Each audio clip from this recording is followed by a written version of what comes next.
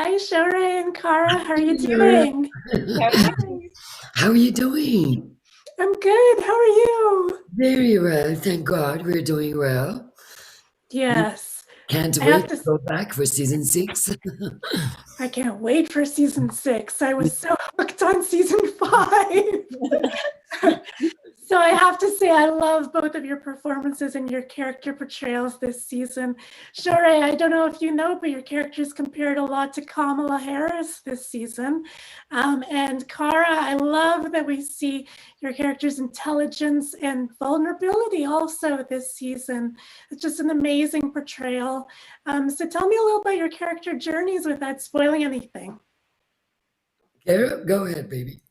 Okay, well, we leave Drummer at the end of season 4 with, she's turned her back on the OPA by way of a punch to Fred Johnson's face. She's gonna go it alone. And of course, in the time between season 4 and season 5, we imagine that she has formed a new crew. They have become her family, so she's actually in a love relationship that is polyamorous, which I'm thrilled to represent on screen. I think we get to see like a whole range of beautiful queer relationships, and it's like very tender, very intimate, super sexy, and I think the talented performers who bring all of those other roles to life are just, I can't wait for the world to meet them. Yeah, so I think for like about the first 30 seconds or so of season 5, Drummer is actually kind of happy. And then, of course, that is snatched away from her as quickly as she had it. So, yeah, she goes on a real journey of loss and grief, and we get to see her a real intimate look at her personal life at home in a new way. Yeah.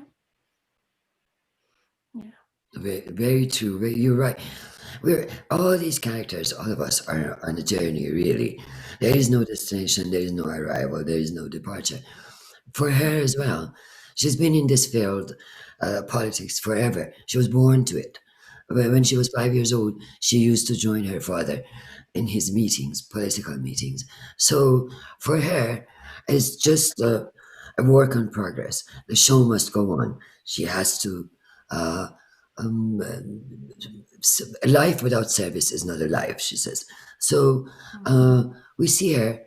We used to see her in her glorious moments, but as of season 4, we started seeing more of her in her private moments. In other words, the writers started revealing the character, which I loved because that made her a human, which truly she is. She's not a machine. She's not made of an iron.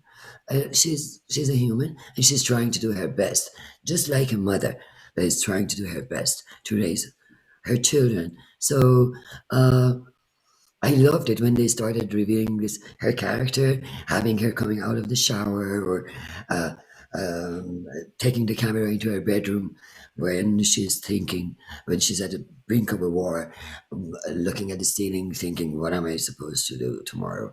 So all this brought her to season 5.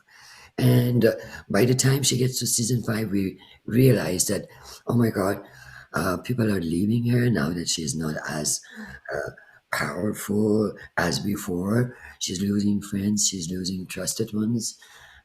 Hardly she can trust people. And therefore, and the family is about to perish. So she start becoming more and more vulnerable to the point that she allows us to see her tears in her eyes the moment she sees a big rock hitting the earth, exactly where her family is. It's the only time that she gets truly emotional and we see tears in her eyes. Other than that, this woman has taught herself not to get too happy, not too sad. Just keep that indifferent, like how do you say it? Poker face. Like no one can read what's behind it. Well, thank you so much for the work that you both do. You're both amazing performers. Thank you. Thank you for your time. Have a lovely day. You too. Thank you so much. Thank you.